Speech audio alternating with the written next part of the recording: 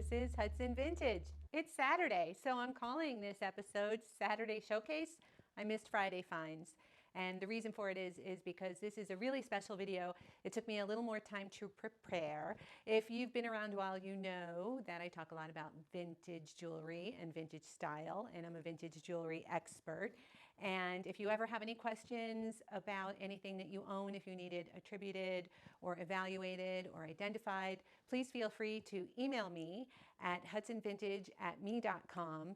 And the reason for it taking a little bit longer this week is because I am showcasing my personal collection of Native American jewelry. And I wasn't sure what I was willing to part with. I specialize in sort of showcasing these micro collections. They're highly curated.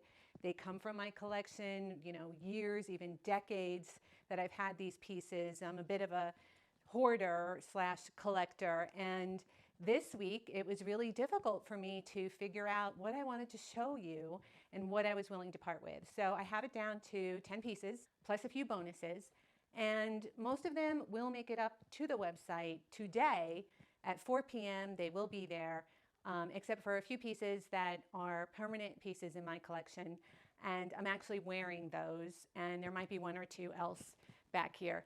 So the first piece is a more recent acquisition. And I should say that this is not my area of expertise. It is a whole different discipline to learn about these artists and the tribes. And my style is not necessarily Western or Southwestern. But as an example, I'm wearing a men's shirt today, just belted up with some turquoise jewelry, and I think it looks fantastic. So I wanted to show that this jewelry is really for everyone because of the artfulness of it and the history behind it and the energy that it has, and the people that made it and that it represents. So this is a carved fetish necklace. It has the porcupine quill or pine needle little he-she beads. It's a fetish necklace. It's a really pretty one. It has the sterling silver findings. It has this beautiful carved turquoise centerpiece, and it has the birds and the fox, and it's got carved mother of pearl and carved turquoise, carved obsidian, and this will be up on the website later on today, 4 p.m. Number two is a squash blossom, because we can't talk about Native American jewelry without mentioning the squash blossom. I like the more modified, more modern versions. This is one, this is 1970s. This is just the feather with the center piece here, and this is part of my permanent collection. And the one that I'm showing that will go up later is an incredible squash blossom. It's so different. Look at this. This is like a modernist version of a squash blossom necklace, and it is signed, it is stamped by the artist in the back. So this is all the traditional bench beads that make up the necklace part itself, and it's strung on a sterling strand. And then these are sort of the modified squash blossom idea, and it is signed, and it's so perfect. You cannot fake a patina like this. Look at this patina. It's incredible. And I will just hold this up so you can see how it layers. Hopefully the mic will be okay. Very carefully.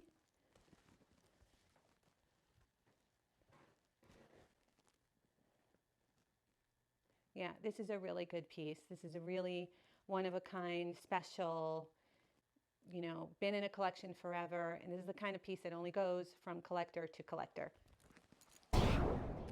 This is number three. This is a silver-plated belt buckle with really beautiful pieces of turquoise in it. This is the turquoise nuggets. I love the, they say that turquoise picks you, that you see a stone. That's particularly good. I don't know. I just think these are extremely well balanced, and I like that this is almost like antique looking. It's not too Southwestern. Well, kind of. There you go. So you can see this could work with anything, anybody's aesthetic. If you live in New York City, this is going to work. If you live in the South, this is going to work. It's just really beautiful, classic, has beautiful energy.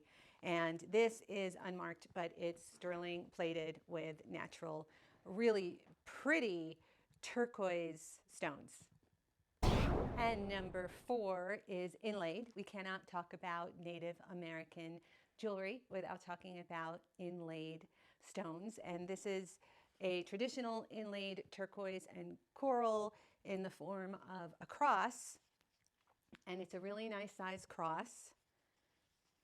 And I have it on a stainless steel chain, but this would look great on a collar or on any silver chain that you have, or even layered with other things. This is gorgeous.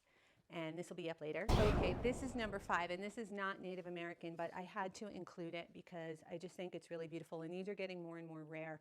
This is vintage now. I bought this new from the offerings people, and it is multiple strands of turquoise chips, really pretty turquoise chips with this off-center piece, and then I still have the matching bracelet, which can be added to the back of this to make it longer.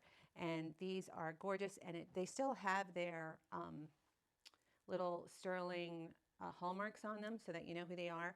And just more and more rare, more and more hard to find, really good for the collector, really beautiful to wear. I mean, gorgeous. Let me just hold it up. Uh-oh, microphone. There.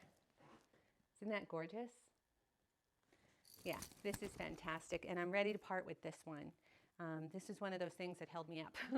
I just realized I forgot to put on my own jewelry, so I'll do that now. And this is a Petite point cuff, which took me forever to get one into my collection that spoke to me. So that's mine.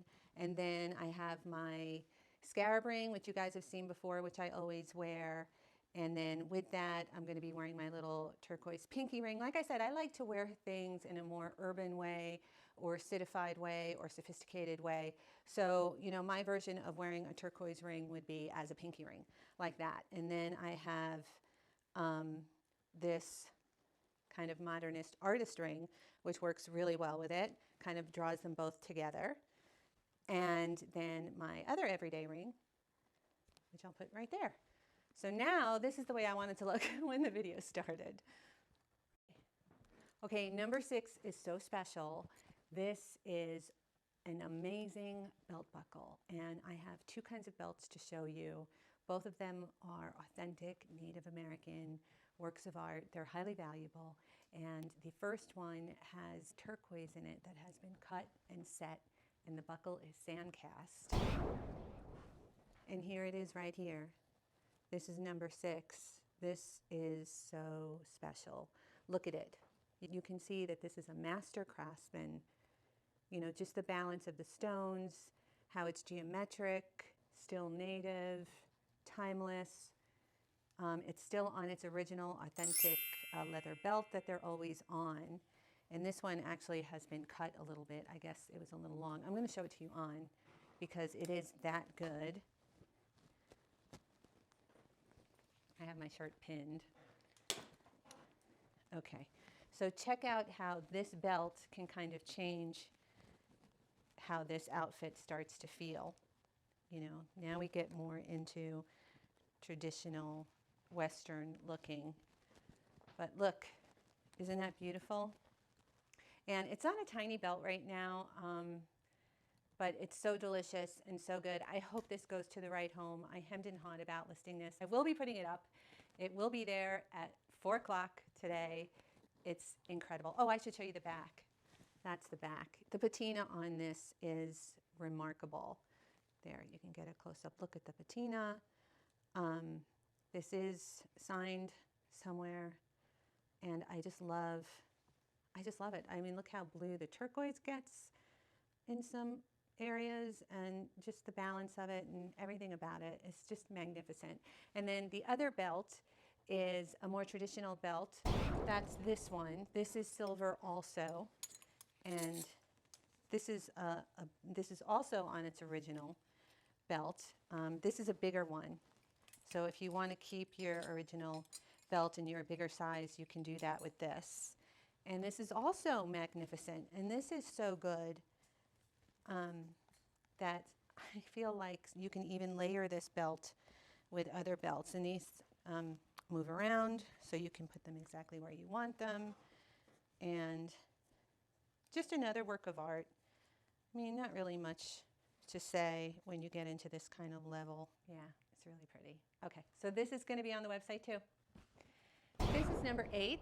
This is Native American style. This was actually my mother's. I inherited this from her, and I just thought it was really beautiful. It's got blue agate and turquoise and carved lapis. And the lapis that's carved is really pretty. It's actually obviously carved like in Thailand. It's that kind of floral carving, but it has a really nice height that you can see, and I just wanted to include it in this collection. I just think it's time, and it's a lovely example of sterling and that kind of turquoisey, you know, blue worn with denim kind of jewelry. This is number 9. This is hallmarked and signed. This is a beautiful B-pin pendant, exquisite. This will be up. It doesn't get any better than that. The detail is fantastic. The turquoise is fantastic. And then I have some other little critters to show you. These are number 10, and these are wonderful little critter earrings. These are not an exact match to the bee.